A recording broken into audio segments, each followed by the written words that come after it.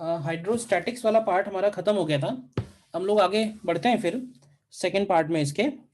और next heading पड़ेगा hydro dynamics. Hydro dynamics और हाइड्रोस्टैटिक्स में जैसे हम लोग बोल रहे थे कि आइडियल लिक्विड जो है वो रेस्ट पे है। हाइड्रोडायनेमिक्स के केस में हम लोग बोलेंगे कि आइडियल लिक्विड जो है वो फ्लोइंग लिक्विड है, मतलब ट्यूब में फ्लो कर रहा है या फ्रीली फ्लो कर रहा है, दोनों ही सिचुएशन में। हाइड्रोस्टैटिक में हम लोगों ने लिक्विड को रेस्ट पे लिया था, हाइड्रोडायनेमिक्स में हम लोग लिक्विड को जो है वो मोशन में कंसीडर करेंगे। ठीक है ना, तो यहाँ नीचे लिख सकते हैं ideal liquid flowing in flowing in streamline flow इसको बोलते हैं, फ्लोइंग इन स्ट्रीमलाइन फ्लो।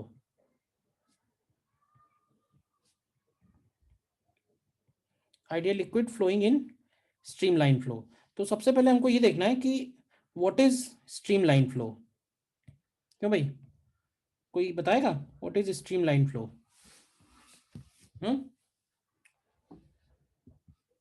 देखो, फ्लो को हम दो तरह से डिफाइन करते हैं, एक होता है स्ट्रीमलाइन और स्ट्रीमलाइन का अपोजिट होता है टर्बुलेंट फ्लो।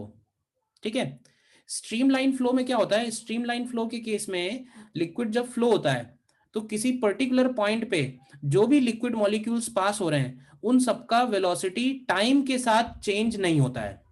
मतलब उस जगह से जो भी लिक्विड गुजरेगा उसकी स्पीड वेलोसिटी उसकी फिक्स रहेगी। किसी दूसरे पॉइंट पे जाएगा तो हो सकता है उसकी स्पीड वेलोसिटी बदल जाए, बट उस पोजीशन पे उसका वेलोसिटी चेंज नहीं होगा। ऐसे फ्लो को हम लोग बोलते हैं स्ट्रीमलाइन फ्लो।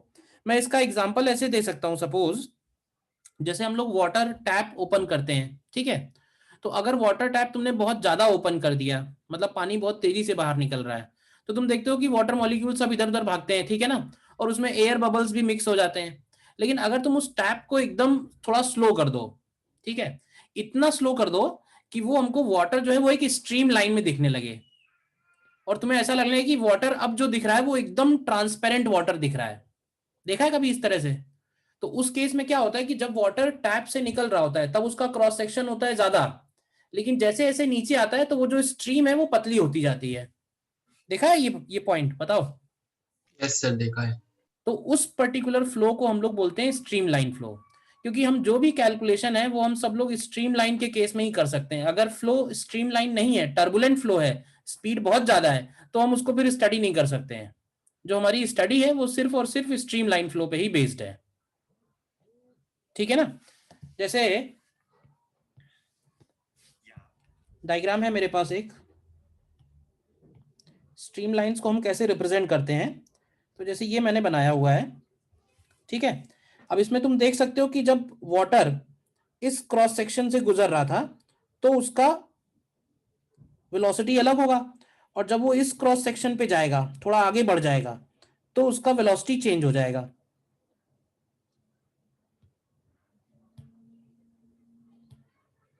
जब उसका क्रॉस सेक्शन चेंज होगा तो उसका वेलोसिटी भी चेंज हो जाएगा।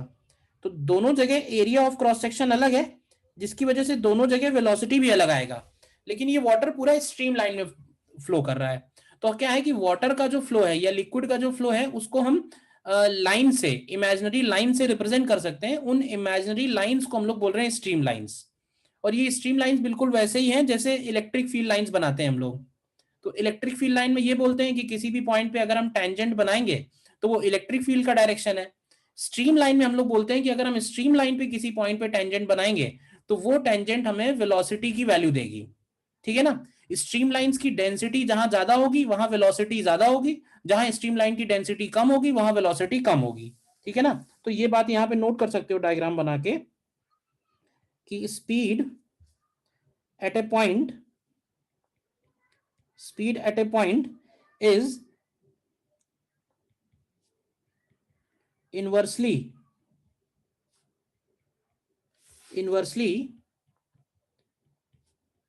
proportional to density of streamlines. मतलब अगर किसी जगह स्ट्रीमलाइंस ज्यादा डेंस है, पास पास आ गई हैं, तो वहां स्पीड ज्यादा होगी, डेंसिटी जितनी ज्यादा बनेगी, ठीक है ना। क्या लिखना चाहिए, प्रोपोर्शनल लिखना चाहिए ना। Speed at a point is proportional to density of liquid, density of streamlines. Density जितनी ज्यादा होगी वहां पे स्पीड भी उतनी ही ज्यादा निकल के आएगी, ठीक है ना। जैसे अगर हमें यहाँ पे इस एग्जांपल में कंपेयर करना हो, तो यहाँ पे अगर स्पीड v1 है और यहाँ पे अगर स्पीड v2 है, तो v2 की वैल्यू v1 से बड़ी होगी इस केस में। बोलो। तो सबसे पहले हमको यहाँ पे समझना है कि what is a streamline flow. Streamline flow बोलो, या फिर इसको हम लोग बोलते हैं, एक और नाम देते हैं, we call it laminar flow. Streamline flow और लैमिनार फ्लो दोनों का एक ही मतलब है। देखो नोट करो पहले इतनी बातें, स्ट्रीमलाइन फ्लो और लैमिनार फ्लो। तो जो भी स्टडी हम लोग करने वाले हैं ना, वो सिर्फ और सिर्फ स्ट्रीमलाइन के लिए है, ठीक है। और इसमें जो पहला, बेसिकली पूरा का पूरा हाइड्रोडायनेमिक्स दो लॉस पे बेस्ड है, दो प्रिंसिपल्स पे बेस्ड है। एक है इक्वेशन ऑफ कंटिन्यूटी जो वॉल्यूम कंजर्वेशन है, और दूसरा है बर्नौली थ्योरम जो एनर्जी कंजर्वेशन है। मतलब दो तरह के कंजर्वेशन यहाँ पे लगेंगे। तो इसमें पहला हेडिंग डालते हैं, पहला हेडिंग है इक्वेशन ऑफ कंटिन्यूटी, ठीक है। इक्वेशन ऑफ कंटिन्यूटी, हालांकि है ये volume conservation principle, but volume conservation principle नहीं होता है, प्रिंसिपल होता है मास कंजर्वेशन। तो इसको हम लोग लिखेंगे मास कंजर्वेशन प्रिंसिपल। अच्छा, मास कंजर्वेशन प्रिंसिपल क्या कहता है?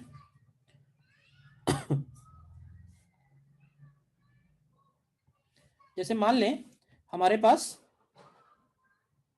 ऊपर डायग्राम बना लिए ना, या नहीं बना पाए भी?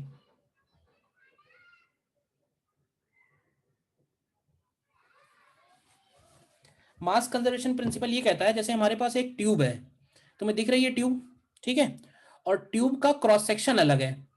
एक जगह ट्यूब का क्रॉस सेक्शन है A1 और दूसरी जगह ट्यूब का क्रॉस सेक्शन है A2, ठीक है। तो हम लोग ये बोलते हैं कि यूनिट टाइम में या डेल्टा टी टाइम में जितना लिक्विड एक एंड से एंटर करेगा, उतना ही लिक्विड दूसरे एंड पे एग्जिट भी होगा।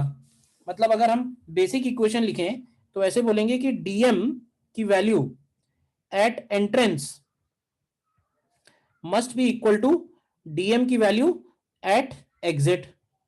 मतलब एंट्रेंस और एग्जिट पे मास की वैल्यू सेम आनी चाहिए, डीएम एलिमेंट। अब ये जो एलिमेंट हम लोगों ने लिया है, अगर हम इस एलिमेंट की लेंथ ले लें, मान लेते हैं कि इस एलिमेंट की लेंथ हम लोग ले लेते हैं dx1। तो जब एंटर हुआ तब उसकी लेंथ dx1 थी, लेकिन जब बाहर निकला उतना ही मास वाटर का, तो क्या उसकी लेंथ dx2 हो जाएगी? देखो ध्यान से डायग्राम में, बोलो। जिससे हम लोग अगर v1 की वैल्यू लिखें तो v1 को हम लोग लिख सकते हैं, v1 बनेगा dx1 अपॉन dt, और v2 की वैल्यू लिखें तो v2 की वैल्यू बनेगी dx2 अपॉन dt, ठीक है। तो मास कैसे निकालेंगे? तो मास को लिख सकते हैं डेंसिटी इंटू वॉल्यूम। तो वॉल्यूम कितना होगा? तो वॉल्यूम हो जाएगा A1 dx1 equal to exit पे हो जाएगा A2 dx2। तो रो कैंसिल कर दो और dx बाई dt कर दो, तो क्या बन जाएगा?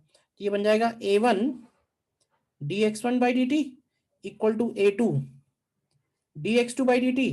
तो यहां से हमें इक्वेशन ऑफ कंटिन्यूटी मिल जाएगी, A1 V1 is equal to A2 V2। बस इतना सा है, A1 V1 is equal to A2 V2। मतलब rate of flow of liquid through a tube will remain same. ये जो A इंटू V का product है, इसको हम लोग बोलते हैं rate of flow of volume. देखो भाई, V क्या होता है? V होता है मीटर पर सेकेंड, और एरिया क्या होगा? एरिया होगा मीटर स्क्वायर।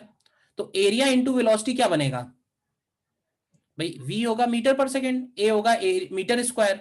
तो मल्टीप्लाई करोगे तो क्या बनेगा? मल्टीप्लाई करोगे तो बनेगा मीटर क्यूब पर सेकेंड। तो मीटर क्यूब हो गया वॉल्यूम, तो वॉल्यूम पर सेकेंड, तो वॉल्यूम पर second is called rate of flow of volume या rate of flow of liquid. बोलो, बहुत सीधी सीधी सी इक्वेशन है ये, क्लियर है? Rate of flow of volume जिसका यूनिट होगा मीटर क्यूब पर सेकेंड। देखो नोट करो। सर ये सेकंड से जब आप थर्ड स्टेप में आए सर थोड़ा समझ नहीं आया। सेकंड स्टेप से थर्ड स्टेप में, यहां से यहां आने में हमने dt से डिवाइड कर दिया है टाइम से। अच्छा ये सर ठीक है। जितने टाइम में dm एंटर हुआ उतने टाइम में dm एग्जिट हुआ, मतलब सेम टाइम पे कैलकुलेशन कर रहे हैं। इधर से एंटर हो रहा है dt टाइम में और इधर से एग्जिट हो रहा है dt टाइम में, तो सीधे सीधे वॉल्यूम सेम होगा एंट्रेंस और एग्जिट पे, तो a1v1 इक्वल टू a2v2 आ जाएगा। सीधा है, कुछ डिफिकल्ट नहीं, बहुत सीधा सीधा है। Yes sir. नीचे देखो नोट करके लिखते हैं। अब देखो a1v1 इक्वल टू a2v2, अब कभी ऐसा हो कि कोई सिचुएशन बदल गई तो ये इक्वेशन थोड़ी मॉडिफाई भी हो जाएगी। कैसे बदल गई? जैसे मान लो कि मैंने ये एक ट्यूब लिया है, ध्यान से देखो। अब इस ट्यूब में क्या है कि लिक्विड एंटर कर रहा है सपोज दो अलग अलग क्रॉस सेक्शन से। इधर का क्रॉस सेक्शन a1 है, इधर का क्रॉस सेक्शन a2 है, और जब बाहर निकल रहा है लिक्विड तो इधर का क्रॉस सेक्शन a3 है। इधर से बाहर निकल रहा है लेट से v3 से, इधर से एंटर हुआ v2 से, इधर से एंटर हुआ v1 से। तो अब अगर तुम इक्वेशन ऑफ कंटिन्यूटी को मॉडिफाई करोगे तो क्या लिखोगे बताओ? अब इस केस में मॉडिफाई हो जाएगी ना, तीन एंड हो गए इसमें, तो क्या लिखेंगे बताओ? तो ऐसे बोल सकते हैं कि a1v1 plus A2V2 is equal to v2 A3V3. Is equal to a3v3। तो कहने का मतलब है सिचुएशन पे ध्यान रखना कि क्या सिचुएशन है। बेसिक बात ये कि जितना वॉल्यूम एंटर कर रहा है उतना ही वॉल्यूम एग्जिट हो रहा है, ठीक है? देखो नोट करो यहां तक, ठीक है? अच्छा, इसको मैं ज्यादातर बुक्स वगैरह में सब लोग वॉल्यूम कंजर्वेशन बोलते हैं, बट मैं इसको स्पेसिफिकली मास कंजर्वेशन ही बोलता हूं, क्योंकि कभी ऐसी सिचुएशन आ सकती है जिसमें वॉल्यूम कंजर्वेशन नहीं लगेगा। तो ऐसा कैसे हो सकता है ये समझते हैं। तो मान लो कि हमारे पास इस तरह का एक ट्यूब है, देखना जरा ध्यान से। हम्म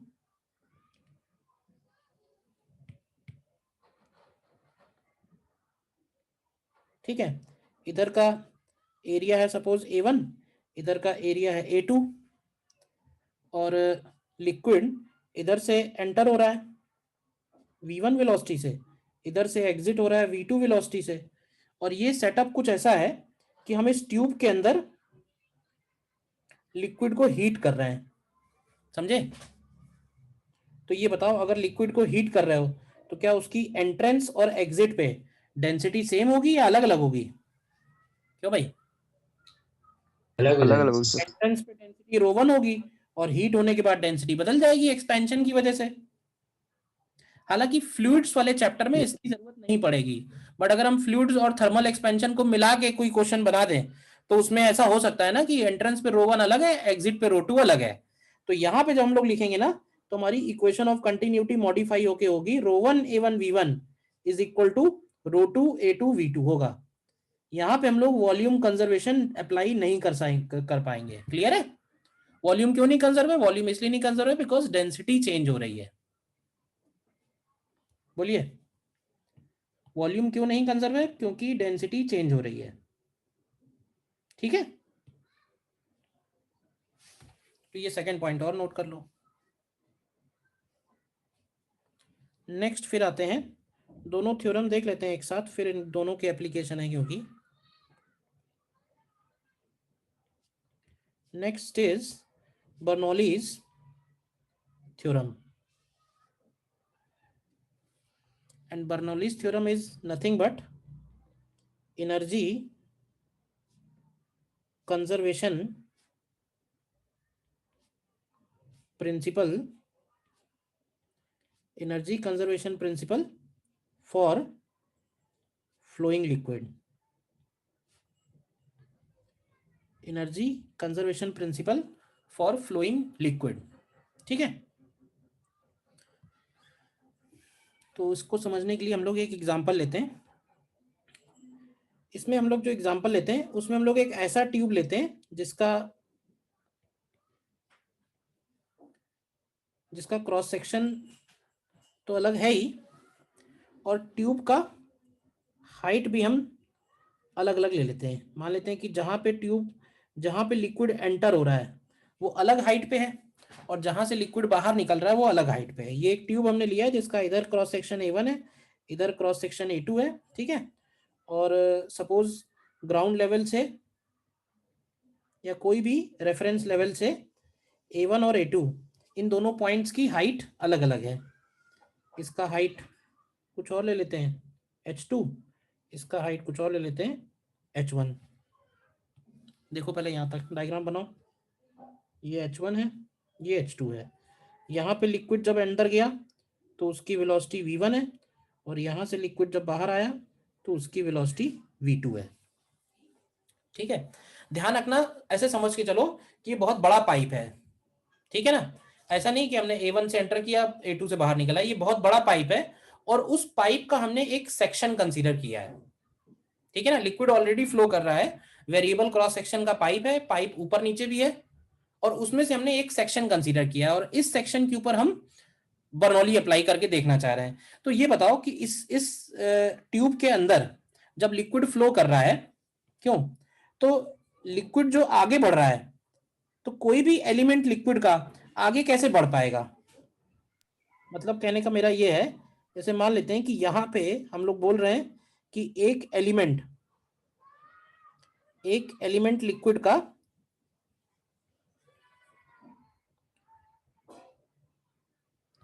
जैसे ये एक एलिमेंट है लिक्विड का, और ये एलिमेंट लिक्विड का अंदर की तरफ एंटर हुआ, तो इसको ये बताओ अंदर अपने आप गया या किसी ने धक्का दिया पीछे से। सिर्फ धक्का दिया। किसने धक्का दिया, किसने पुश लगाया उस पे। Energy sir.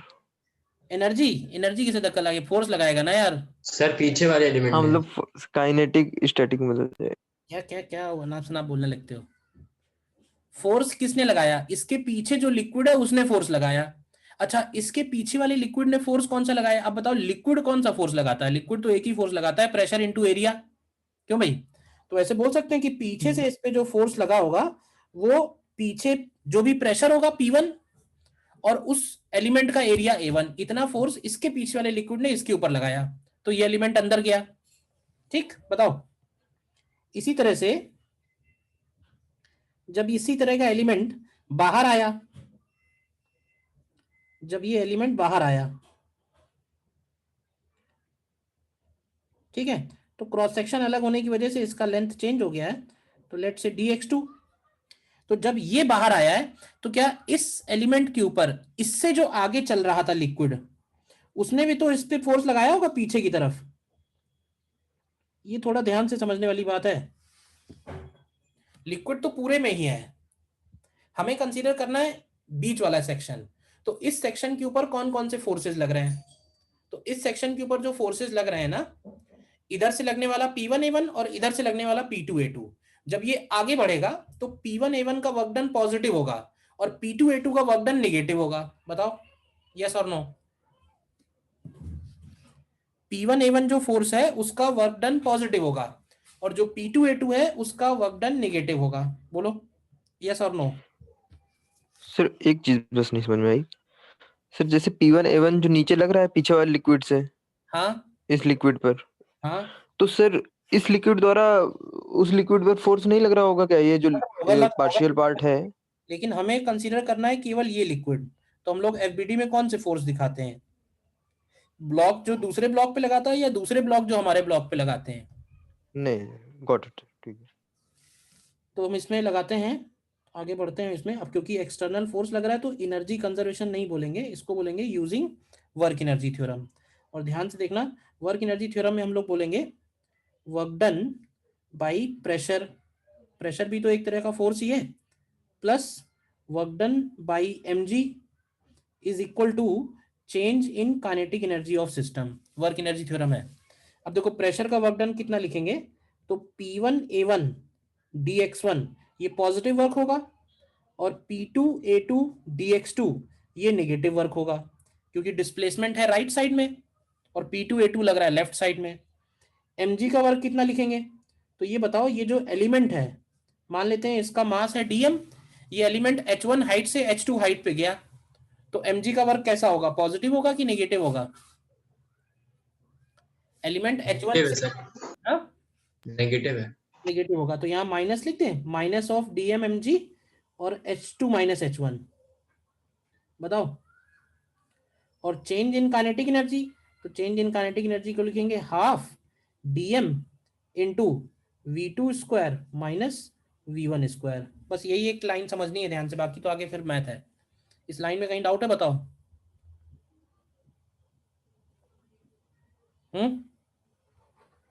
इस लाइन में कोई डाउट है तो बताओ। कोई डाउट नहीं, ठीक है। तो देखो ये जो a1 dx1 है, इसको हम dv बोल सकते हैं, और a2 dx2 इसको भी dv बोल सकते हैं। dv यानी कि वॉल्यूम, वॉल्यूम तो सेम ही होगा ना अगर डेंसिटी सेम है, ठीक।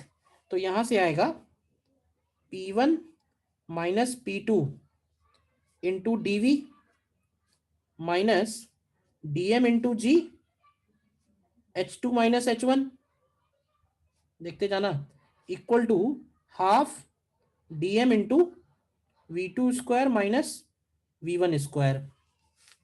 dv से अगर हम डिवाइड कर दें तो यह आएगा P1 minus P2 minus dm upon dv into g h2 minus h1 and equal to half dm upon dv। बताओगे dm अपॉन dv क्या कहलाएगा, बताओ। What is density. d1 upon dv?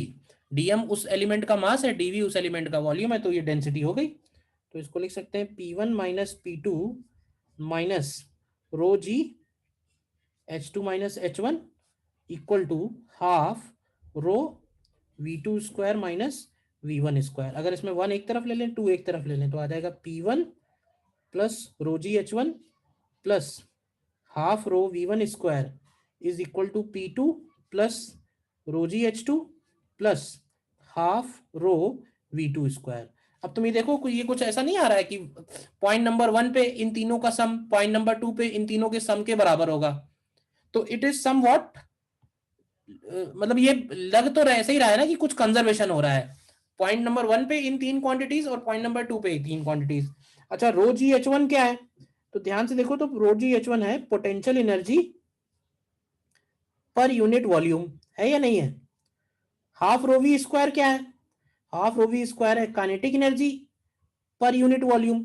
अब क्योंकि एक है potential energy per unit volume, एक है kinetic energy per unit volume, तो इसको भी हम लोग क्या करते हैं, एनर्जी बना देते हैं। हम इसको बोलते हैं दिस इज, है तो प्रेशर, लेकिन इसको बोलते हैं this is pressure energy per unit volume. तो sum of pressure energy, sum of pressure energy, potential energy and kinetic energy for a flowing liquid is always a constant. This is known as Bernoulli's theorem, ठीक है। Sum of pressure energy plus potential energy plus kinetic energy per unit volume will be a constant for a flowing liquid. This is known as Bernoulli's theorem. देखो note करो, कोई doubt है पूछो। अच्छा, इस statement को हम लोग एक और फॉर्म में लिखते हैं। अगर इसमें हम रो इंटू जी से डिवाइड कर दें तो इसको ऐसे भी लिखते हैं, P upon rho g plus H plus v square upon 2g is equal to constant. एक ही बात है, रो इंटू जी से हमने डिवाइड कर दिया है। क्यों कर दिया है, ऐसे ही कर दिया है क्योंकि कुछ टर्म है जो हमें जानने हैं। ये वाला जो टर्म है इसको हम लोग बोलते हैं प्रेशर हेड, ठीक है। ये जो टर्म है इसको हम लोग बोलते हैं ग्रेविटेशनल हेड, ठीक है। और ये वाला जो टर्म है थर्ड वाला, इसको हम लोग बोलते हैं वेलोसिटी हेड। तो क्यों ऐसा किया, तो ऐसे ही बस टर्म्स हैं, इंजीनियरिंग टर्म्स अलग होते हैं थोड़े से, फिजिक्स के टर्म्स अलग होते हैं। जैसे मोमेंट ऑफ इनर्शिया और रेडियस ऑफ गायरेशन था वैसे ही है।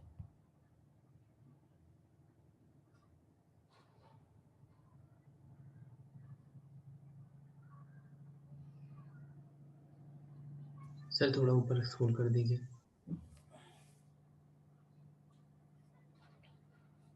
Yes sir done.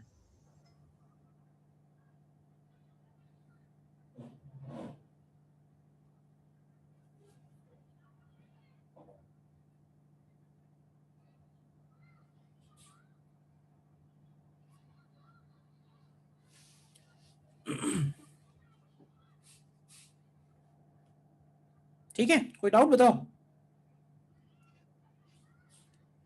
आगे बढ़ते हैं, फिर इसके एप्लीकेशन बहुत सारे हैं बस। तो इसमें पहला एप्लीकेशन है कॉल्ड वेंचुरीमीटर। ठीक है, and venturimeter is used to measure liquid flow rate. Venturimeter is used to measure liquid flow rate, and venturimeter is based on Bernoulli theorem and equation of continuity. तो देखो मैं इसका diagram बना रहा हूं पहले तो।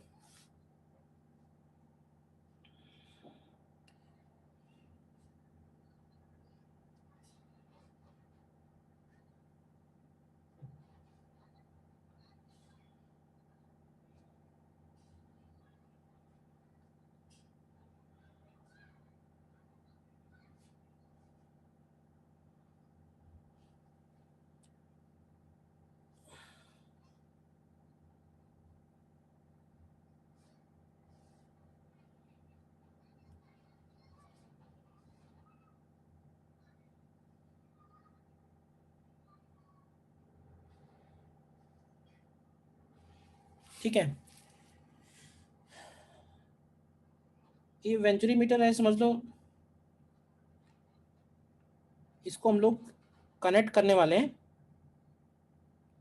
किसी ट्यूब के बीच में। तो जैसे मान लो कि ये वो ट्यूब है और उसके बीच में हमने इसको कनेक्ट कर दिया है। ठीक है, कनेक्ट करने के बाद क्या होगा कि लिक्विड जो है वो इस वेंचुरीमीटर से होके पास होने लगेगा। लिक्विड जो है वो इस वेंचुरीमीटर से होके गुजरने लगेगा। देखो ध्यान से। ठीक है, और इस वेंचुरीमीटर में दो अलग अलग क्रॉस सेक्शन है। ठीक है, इधर वाला एक क्रॉस सेक्शन है,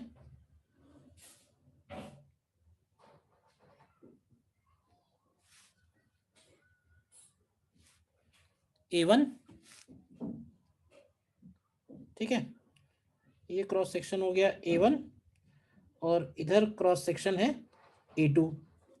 अब देखो अलग अलग क्रॉस सेक्शन होने की वजह से क्या ऐसे बोल सकते हैं कि यहाँ पे वेलोसिटी कुछ होगी लेट से V1 और यहाँ पे वेलोसिटी होगी कुछ और लेट से V2।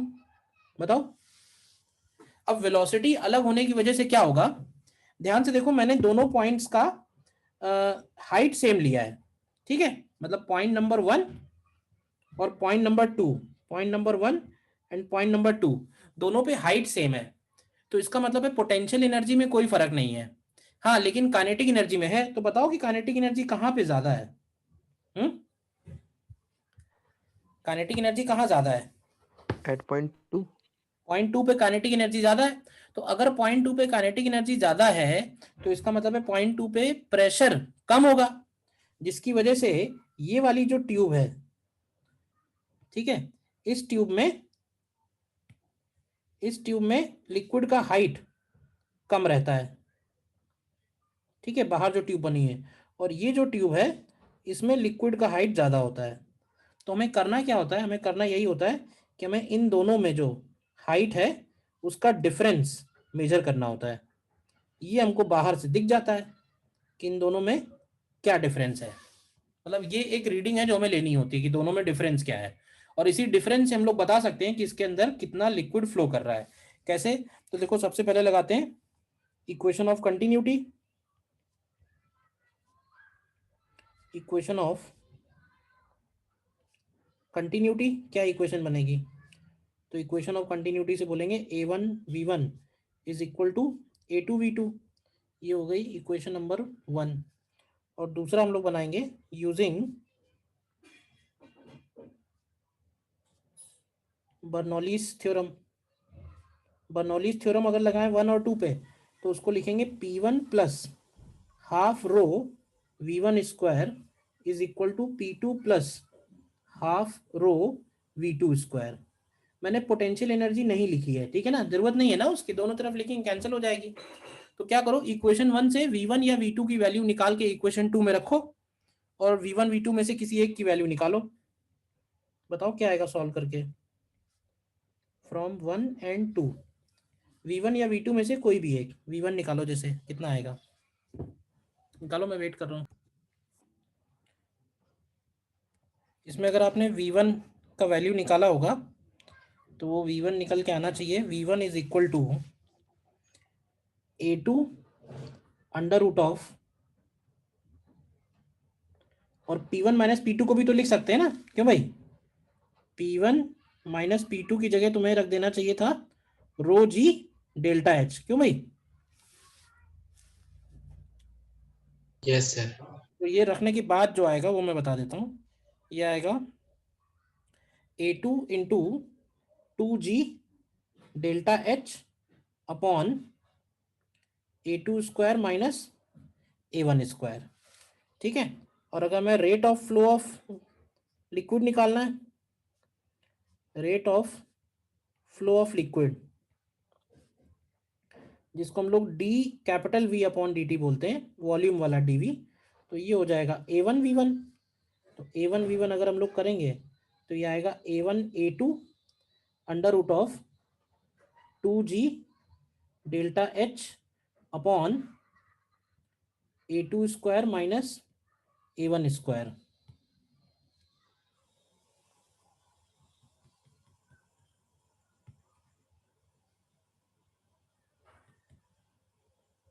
तो ये एक फॉर्मूला हम ध्यान रख सकते हैं इसमें, ठीक है। बोलो, venturi meter directly delta h measure होगा, A1 A2 तुम्हें पता ही होगा, तो डेल्टा एच मेजर करके हम ये बता सकते हैं पर सेकंड कितने लीटर लिक्विड उसमें से फ्लो कर रहा है, ठीक है। वेंचुरी मीटर की तरह ही दूसरा इंस्ट्रूमेंट है pitot tube, and pitot tube is used to measure flow rate of gases. मतलब अगर गैसेस किसी पाइप में फ्लो कर रही हैं तो गैसेस का फ्लो रेट अगर पता करना है तो दैट उसको वो पता करेंगे पिटॉट ट्यूब्स की हेल्प से। ये कैसा होता है देखो, इसका भी फिगर देखो, इसमें भी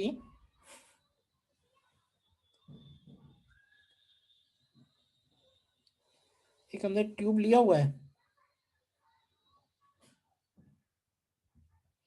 ठीक है, और इस ट्यूब में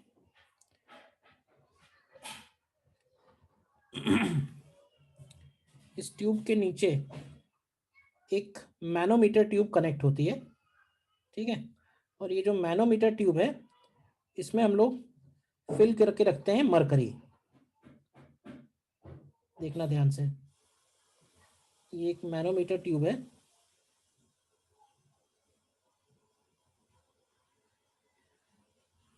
और इस मैनोमीटर ट्यूब में हम लोग मरकरी फिल करके रखते हैं। और ट्यूब का एक पार्ट जो है वो बॉटम पे कनेक्ट होता है और ट्यूब का दूसरा पार्ट जो है वो इस तरह से एल शेप में रहता है, ठीक है। अब देखो, जब इसमें मरकरी फिल रहती है और इस ट्यूब में से कोई भी एयर पास नहीं होती है, कोई भी गैस नहीं पास होती है, तो मरकरी दोनों तरफ सेम लेवल में रहती है। ये मरकरी हो गई, ठीक है ना।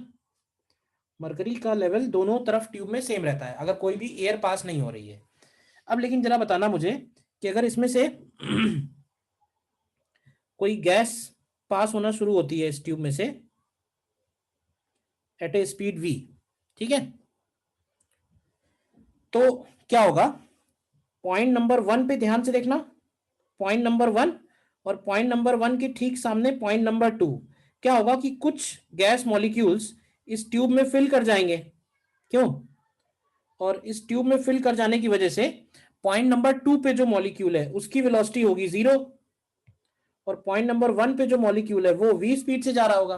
तो पॉइंट नंबर 1 पे प्रेशर कम होगा, पॉइंट नंबर 2 पे प्रेशर ज्यादा होगा, जिसकी वजह से मरकरी एक तरफ से थोड़ा डिप्रेस हो जाएगी और एक तरफ से थोड़ा राइज कर जाएगी इस ट्यूब में। देखो,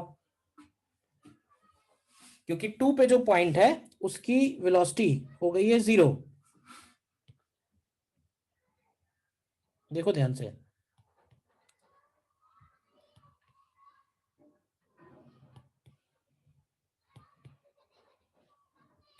ठीक है ना। बाहर जो मॉलिक्यूल्स हैं वो तो v स्पीड से जा रहे हैं, ट्यूब के अंदर जो आ गया होगा वो रेस्ट पे हो गया होगा, हो गया होगा। तो अगर हम बाहर और अंदर इन दोनों जगह अप्लाई करें, हो सकता है इधर भी कुछ एयर आ गई होगी। ठीक है, जो गैस है उसकी डेंसिटी ले लेते हैं रो, और जो मरकरी है उसकी डेंसिटी ले लेते हैं रो नॉट। तो जरा बताओगे कि मरकरी में कौन से दो पॉइंट पे हम प्रेशर सेम कर सकते हैं? बोलो, मरकरी के अंदर कौन से दो पॉइंट्स पे प्रेशर सेम कर सकते हैं? हम्म, सर जो लोअर मोस्ट पॉइंट है। क्या यहाँ पे और यहाँ पे सेम कर सकते हैं ये दोनों पॉइंट? बोलो, let's say we call it point A and point B, और इन दोनों में मान लेते हैं, इन दोनों में जो डिफरेंस आया है वो h का डिफरेंस आ गया है, और ये वाली हाइट भी एज्यूम कर लेते हैं, लेट्स से ये हाइट y है। तो जरा बताओ पहले ए और बी पे प्रेशर कैसे निकालेंगे? Pressure at A equal to pressure at B. A का प्रेशर लिखेंगे 1 का प्रेशर प्लस, ध्यान से देखना, rho g y plus rho naught g h equal to B का pressure P2 plus rho g h plus y. तो P2 ज्यादा है, तो अगर हम P2 माइनस P1 निकालेंगे तो ये आएगा rho not minus rho into g into H.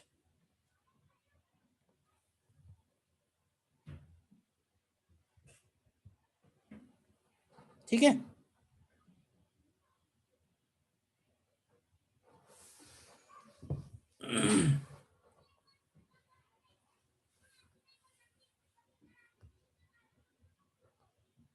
बोलो। और अच्छा बर्नौली सर, ए और 2 पे, पहले खत्म हो जाने दो फिर तो हमने डाउट पूछ लेना। बर्नौली एट 1 एंड 2, तो 1 और 2 पे अगर बर्नौली लगाएंगे तो 1 पे प्रेशर हो गया P1, काइनेटिक एनर्जी लिखेंगे half rho v square, potential energy तो 1 और 2 पे सेम ही है, इक्वल टू P2, 2 पॉइंट पे kinetic energy as well as potential energy दोनों जीरो हैं क्योंकि मॉलिक्यूल्स रेस्ट पे हैं। तो यहां से अगर आप P2 माइनस P1 निकालते हो तो P2 माइनस P1 की वैल्यू आएगी हाफ रो वी स्क्वायर। तो इक्वेशन 1 और इक्वेशन 2 से अगर हम P2 माइनस P1 रिप्लेस करें तो यहां से आएगा rho not minus rho g h equal to half rho v square. बताइए, तो यहां से v हमें चाहिए था, तो v की वैल्यू क्या आएगी? v की वैल्यू आएगी under root of 2gh rho not minus rho and divided by rho. ये v हो गया, तो फ्लो रेट क्या हो जाएगा? फ्लो रेट हम लोग लिख सकते हैं d capital V upon d t is equal to capital A into v. तो ये हो जाएगा capital A into under root of 2gh rho not minus rho upon rho. देखो,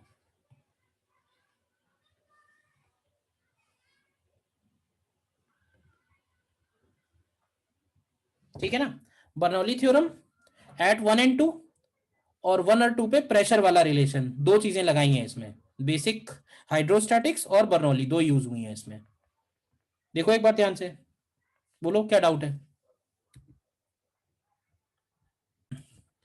ये लास्ट वाले फॉर्मूले में ना, ये A2 माइनस A1 नहीं, A1 बड़ा है ना, तो A1 माइनस A2 होगा, इसको सही कर लो। A1 square minus A2 square positive आएगा ना, A1 बड़ा है A2 छोटा है, तो A1 square minus A2 square आएगा। ठीक है,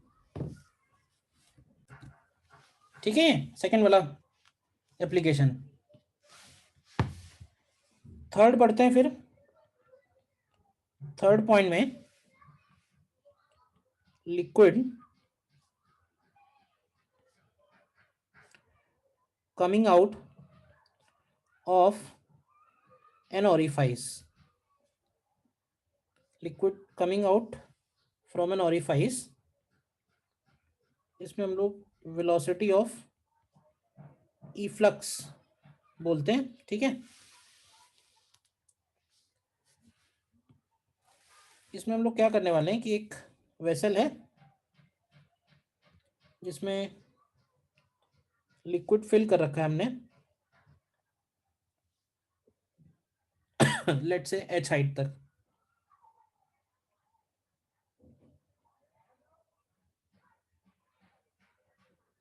ठीक है, वेसल का cross section area capital A है और इसमें लिक्विड कैपिटल H हाइट तक फिल्ड है। ठीक है, इस वेसल के अंदर साइड वॉल पे एक छोटा सा होल है। ठीक है, इस होल को ही हम लोग बोल रहे हैं ऑरिफाइस, और इसका जो क्रॉस सेक्शन एरिया है वो है स्मॉल ए। ठीक, तो अगर इस ऑरिफाइस से लिक्विड बाहर आ रहा होगा तो क्या ऐसे बोल सकते हैं कि वो जो लिक्विड होगा वो इस तरह से बाहर आ रहा होगा। तो लिक्विड जब बाहर आया तो उसकी वेलोसिटी हमको फाइंड आउट करनी है कि किस वेलोसिटी से वो बाहर आया। जिस वेलोसिटी से बाहर आया उसी वेलोसिटी को हम लोग बोलते हैं वेलोसिटी ऑफ इफ्लक्स। देखो पहले ध्यान से, और ये जो होल है ये लेट से उसके बॉटम से h हाइट पे है। ठीक है, तो यहां पे भी हम लोग बर्नौली थ्योरम और इक्वेशन ऑफ कंटिन्यूटी, ये दो चीजें हम यहां पे यूज करेंगे। ठीक है, और हम अप्लाई करने वाले हैं ये दोनों बातें पॉइंट नंबर 1 पे, ध्यान से देखना, और पॉइंट नंबर 2 पे। 1 कहां पे है और 2 कहां पे है बताओगे? पॉइंट नंबर 1 जो है वो होल के जस्ट अंदर है, और पॉइंट नंबर 2 होल के जस्ट बाहर है, यानी जस्ट आउटसाइड और जस्ट इनसाइड दी होल हम लोग अप्लाई करने वाले हैं। तो पहले सबसे पहले लिखेंगे यूजिंग इक्वेशन ऑफ कंटिन्यूटी। तो इक्वेशन ऑफ कंटिन्यूटी से लिखेंगे। अब ध्यान से देखो, ऐसे बोल सकते हैं कि एक पाइप है जिसका क्रॉस सेक्शन एरिया ए है, और फिर उस पाइप से एक और पाइप जुड़ा हुआ है जिसका क्रॉस सेक्शन एरिया स्मॉल ए है। तो बड़े वाले पाइप से जो लेयर्स हैं, मान लो ये नीचे आ रही होगी लेयर V1 स्पीड से, और इधर से बाहर निकल रहा है V2 से VE से। तो क्या ये इक्वेशन लिख सकते हैं capital A into V1 is equal to small a into VE? इस इक्वेशन में डाउट किसी को बताओ? Capital A into V1 is equal to small a into VE, इस इक्वेशन में डाउट किसी को? कोई डाउट नहीं। Second is using Bernoulli. तो बर्नौली भी हम लगाते हैं एट 1 एंड 2। तो 1 पे ध्यान से देखना प्रेशर कैसे लिखेंगे। तो पॉइंट नंबर 1 का प्रेशर होगा P0 plus rho g H minus H। देखो ध्यान से, ये बनेगा प्रेशर।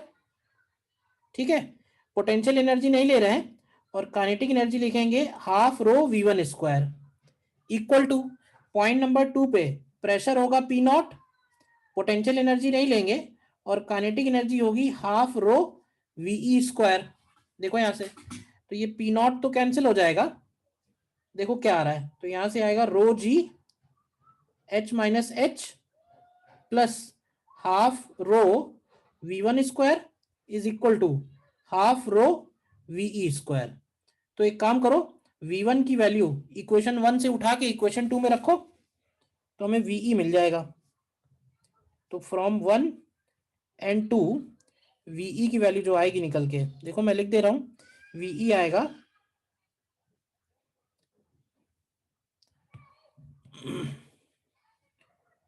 VE की वैल्यू बनेगी यहां पे under root of 2g h minus h upon 1 minus small a square upon capital A square. Actually वही आएगा जो हमने वेंचुरी मीटर में लगाया, इक्वेशन सेम ही है एकदम, देखो तुम तो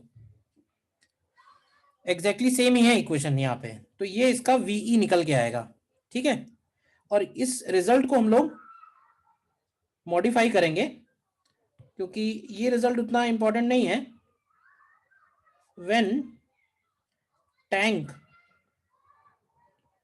इज वेरी वाइड और orifice इज वेरी स्मॉल, मतलब टैंक बहुत वाइड हो या फिर वो ओरिफाइस बहुत स्मॉल हो, तो ऐसी सिचुएशन में स्मॉल ए कैपिटल ए से बहुत छोटा होगा और ऐसी सिचुएशन में a square upon capital A square 1 से बहुत छोटा होगा। तो तुम ध्यान से देखो वीई की वैल्यू क्या हो जाएगी, तो वीई की वैल्यू आ जाएगी अंडर रूट ऑफ 2gh आ जाएगी सीधे सीधे, जिसमें जो ये h है ये कहाँ से डेप्थ है बता सकते हो सीधे सीधे, ये जो h माइनस एच आया है इसको हम लोग सीधे सीधे h होल बोल सकते हैं। h होल क्या है, h होल सीधे सीधे होल का डेप्थ है कि फ्री सरफेस से होल का क्या डेप्थ है। और ये रिजल्ट तो याद रखना भी आसान हो गया, क्यों भाई, अंडर रूट 2gh तो याद ही है ना, बोलो। बट ये ध्यान रखना कि ये कंडीशनल है। क्या कंडीशन है यहाँ पे, हालांकि ऐसा हो सकता है कि 99% क्वेश्चन में कंडीशन हुई तो कोई बात ही नहीं। अब अगर ये वीई स्पीड से निकल रहा है तो क्या ये भी बता सकते हो कि ये जो प्रोजेक्टाइल मोशन बनाएगा तो ये एक्स क्या होगा।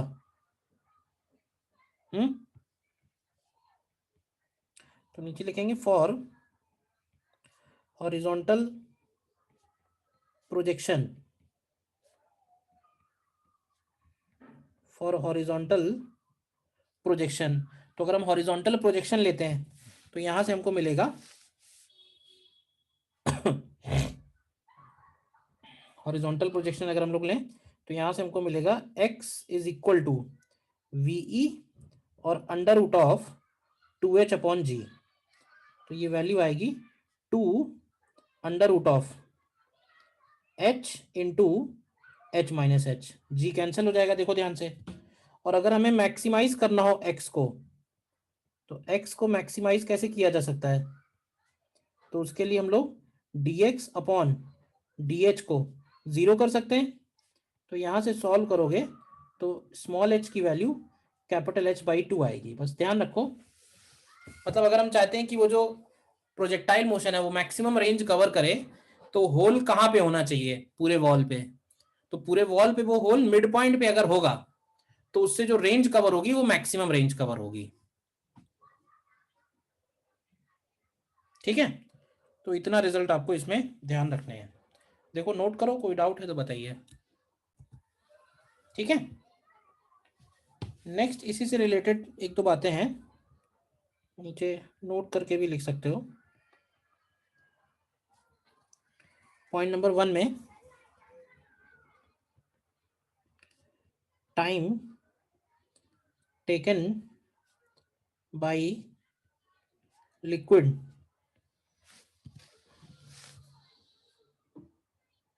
in emptying a vessel completely,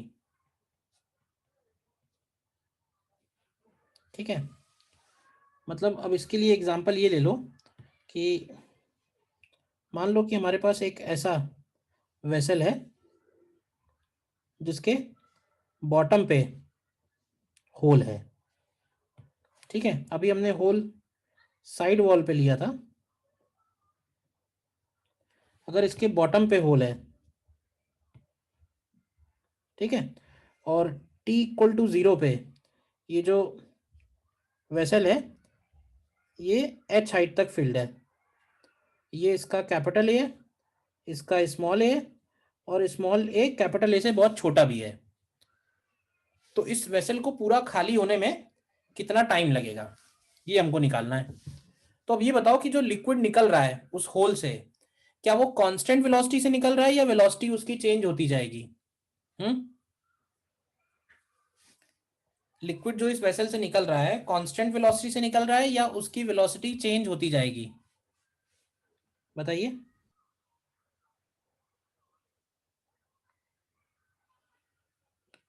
क्यों भाई?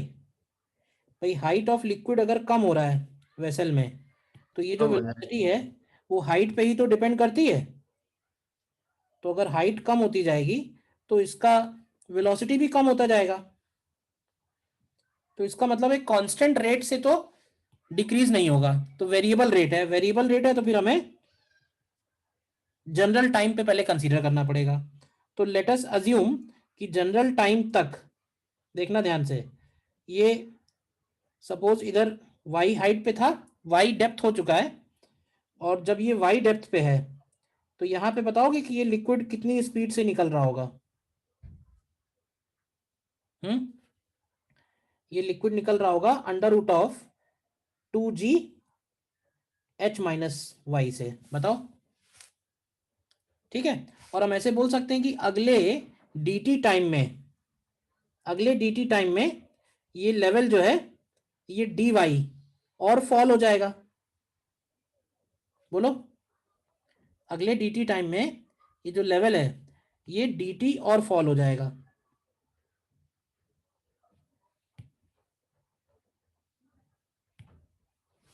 ठीक है। तो ऐसे बोल सकते हैं कि dt टाइम में यहां से जो लिक्विड कम हुआ है ये वही है जो इधर से निकल गया है। तो अगर हम इसमें यूजिंग इक्वेशन ऑफ कंटिन्यूटी लिखें, देखना ध्यान से, तो क्या इसको ऐसे लिख सकते हैं, capital A into d y by d t is equal to small a into v e. तो capital A into d y upon d t is equal to small a into under root of 2g h minus Y.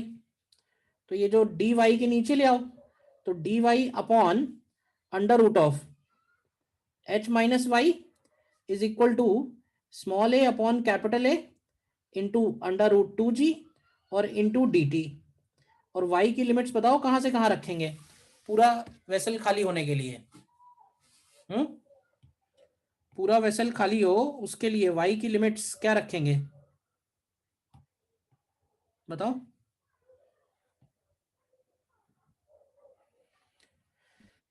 0 से h। हाँ, 0 से h रखेंगे। रखो जरा, solve करो, बताओ क्या आता है। सॉल्व करो इसको और बताइए क्या आएगा। 0 से t और इसकी वैल्यू 0 से h। देखो बताओ, सॉल्व करो, बताओ क्या आता है, वेट कर रहा हूं मैं। सॉल्व करके t का वैल्यू आना चाहिए capital A upon small a into under root of 2h upon g। ठीक है, इसको याद रखना। अच्छा, अगर कभी पूछेगा कि आधा होने में कितना टाइम लगेगा तो कैसे निकालोगे? क्यों भाई? वेसल हाफ होने में कितना टाइम लगेगा, निकाल पाओगे अब? लिमिट्स चेंज कर सकते हो, बस इतना ही करना है। Second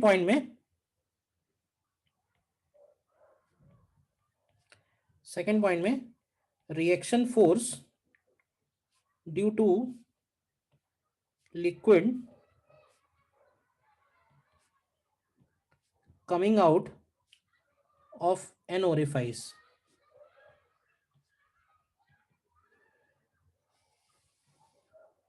Liquid force due to liquid, reaction force due to liquid coming out of an orifice. ठीक है, तो मान लेते हैं फिर से एक वेसल है हमारे पास। ठीक है, and this vessel is filled with water up to some height,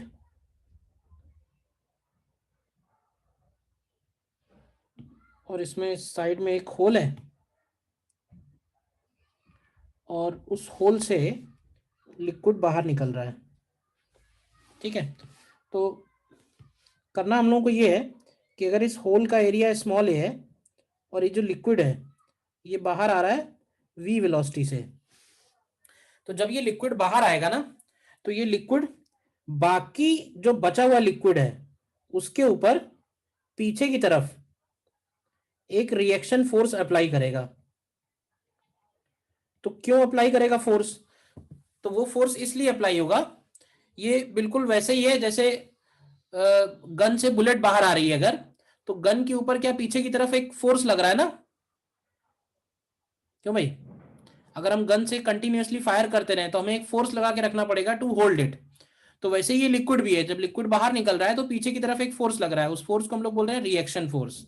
ये फोर्स तुम ऐसे समझ सकते हो जैसे कभी पानी, ट्यूब से किसी पानी निकल रहा हो तेजी से, तुम उस ट्यूब को ग्राउंड पे छोड़ दो तो क्या तुम्हें ऐसा लगता है वो ट्यूब पीछे की तरफ जा रही है?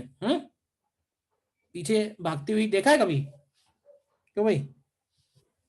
यस सर, देखिए। हाँ, तो वही वो रिएक्शन फोर्स हम लोग निकालने वाले हैं।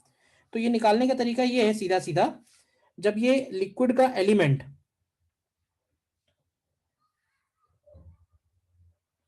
ये जो लिक्विड का एलिमेंट है जब ये वेसल के अंदर है और जब ये वेसल के बाहर है, तो जब बाहर है तो इसकी स्पीड वीई है और जब ये अंदर है तब ये ऑलमोस्ट रेस्ट पे है। तो बताओगे कि what is change in momentum? Change in momentum को लिखेंगे डीएम इंटू वीई। डीएम को क्या लिखेंगे? तो डीएम को लिखेंगे rho into a d x into v e. और अगर हमें फोर्स चाहिए तो फोर्स का मतलब होगा डीपी अपॉन डी।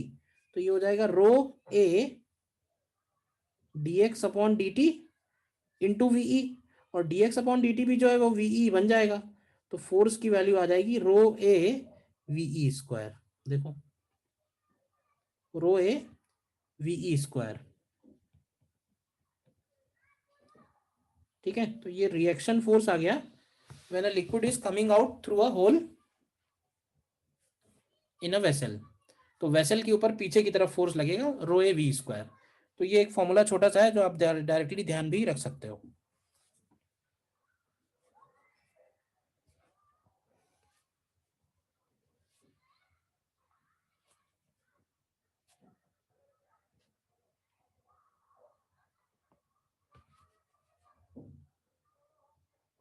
बोलिए।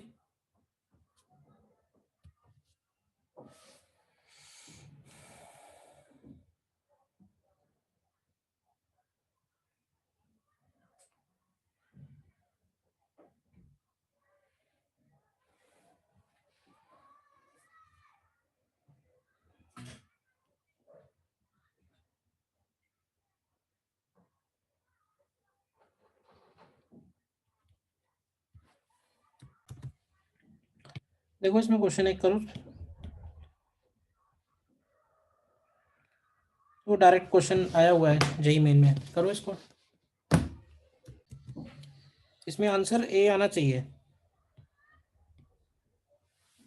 देखो सीधा सीधा है, difference in the two tubes of manometer is given, the cross section of A and B are given, the rate at which water flows through the tube। तो directly हम venturi meter का formula लगा सकते हैं, dv by dt is equal to a1 a2 under root of 2g delta h divided by a1 square minus a2 square.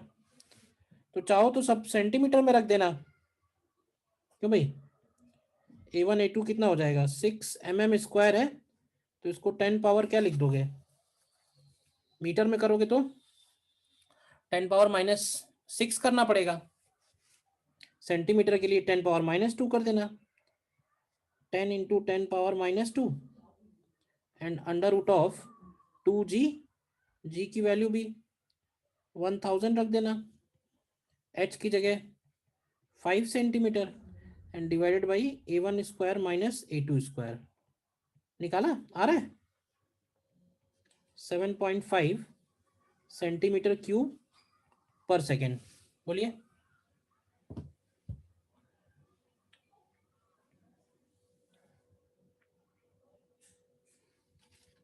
ठीक है, तो अभी इसमें क्वेश्चन ही हैं, क्वेश्चन ही मैं थोड़े से और भेज देता हूँ, तो फिर नेक्स्ट क्लास में बता दूंगा।